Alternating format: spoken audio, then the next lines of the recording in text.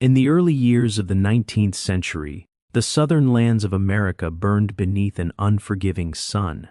Cotton fields stretched endlessly, white bowls glowing against dark soil, and within those fields moved lines of enslaved black men and women whose days began before dawn and ended only when darkness swallowed the land. Among them lived a man named Jacob. To anyone watching from a distance, he looked like just another enslaved laborer, bent beneath heat and exhaustion. But those who worked near him sensed something different. There was a calm in his eyes, a quiet attention that did not belong to a man who had surrendered to his chains. Jacob did not merely pick cotton. From an early age, his owner had noticed that Jacob remembered numbers easily. He could estimate weight with surprising accuracy, track totals in his head, and correct mistakes without hesitation. Slowly, Jacob was given responsibilities that most enslaved men were never trusted with. He weighed cotton, kept tallies, and watched over records that determined profit and loss. These tasks were dangerous gifts because knowledge was power, and power frightened men who believed ownership of others was natural. The owner trusted Jacob completely. He often boasted to neighboring plantation owners that Jacob was worth more than 2 ordinary hands. The cotton yields were always accurate, the accounts clean.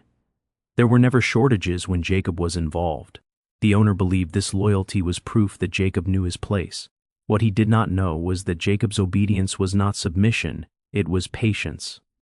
At night, when the fields fell silent and the exhausted bodies of enslaved workers collapsed into sleep, Jacob remained awake. In the corner of his small wooden cabin, he kept scraps of paper rescued from the trash near the owner's office. Old receipts, discarded ledgers, papers with faded ink and numbers written by white men who never imagined enslaved eyes would study them. By moonlight, Jacob traced the shapes of numbers with his finger. He compared symbols, memorized patterns, and taught himself to read figures the way others learned prayers.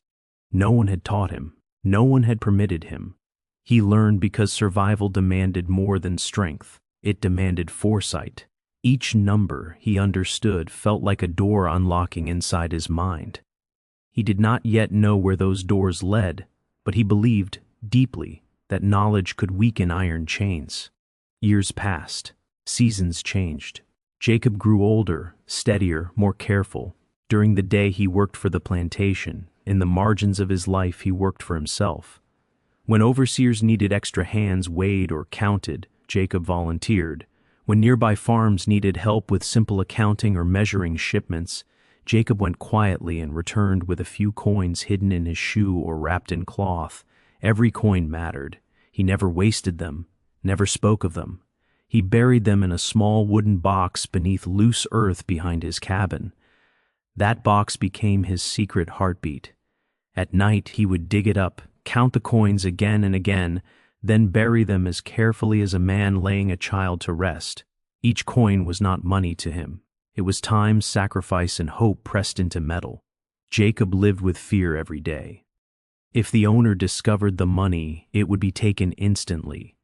Worse, Jacob would be sold south, farther away, to a place where his name would be erased and his past would vanish. Yet fear never stopped him. Fear sharpened him. He spoke less, watched more, trusted no one with the truth of his plan. Among the enslaved workers, freedom was spoken of only in whispers. Some believed escape to the north was possible.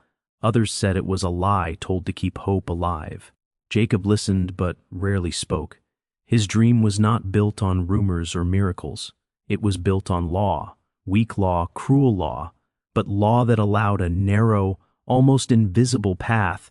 An enslaved man could purchase his freedom if he paid his full value. Jacob calculated constantly. He learned what men like him sold for. He studied the market through overheard conversations, through papers he was never meant to read. He measured his worth the way others measured crops, and slowly, impossibly, the numbers began to align. One night, after years of saving, Jacob emptied the wooden box and counted the coins one final time. His hands trembled. The total was exact, enough to purchase himself, enough to stand before a man who owned his body and ask for what no enslaved person was expected to ask for. That night, Jacob did not sleep.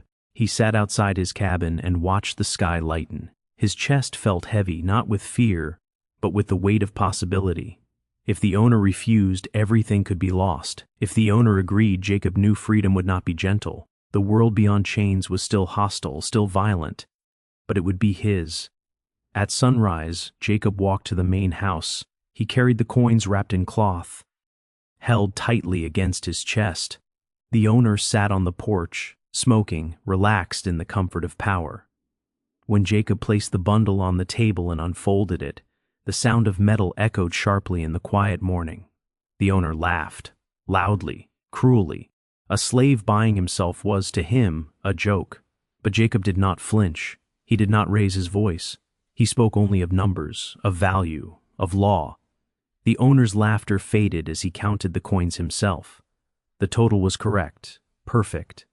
Anger crossed the owner's face, followed by disbelief. But the law he benefited from bound him now. Papers were brought, a pen scratched across the page, a signature sealed a life. In that moment, Jacob was no longer enslaved. He did not celebrate. He did not smile. He simply stood, aware that freedom did not erase the past, nor did it guarantee safety. It only returned ownership of his life to himself. Jacob left the plantation that day with nothing but his name and his resolve. He understood that the hardest part of freedom was yet to come. Freedom did not greet Jacob with open arms. When he stepped beyond the plantation gates, the world did not suddenly soften, nor did it slow down to acknowledge what he had accomplished. The same sun burned his skin. The same dust clung to his shoes. The difference was invisible to most people, but inside him something had shifted. For the first time, every step he took belonged to him. Jacob stayed near the city at first. He understood that freedom without caution was another kind of trap. He found work where his skills mattered more than the color of his skin, though such places were rare. Warehouses needed men who could count accurately. Traders needed someone who could weigh goods without stealing.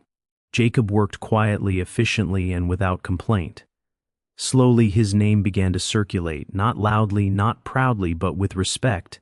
Money came more steadily now. For the first time, Jacob was paid openly, yet he spent little.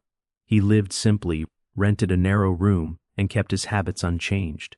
The wooden box was gone, but the discipline remained. He saved, invested small amounts with merchants who needed quick cash, and learned how interest worked. Numbers no longer just freed him, they protected him. The city changed over the years. New buildings rose. Old men disappeared. Jacob aged into his freedom, carrying scars that no paper could erase. People treated him carefully, never as an equal, but no longer as property. He learned to read words fully, not just numbers.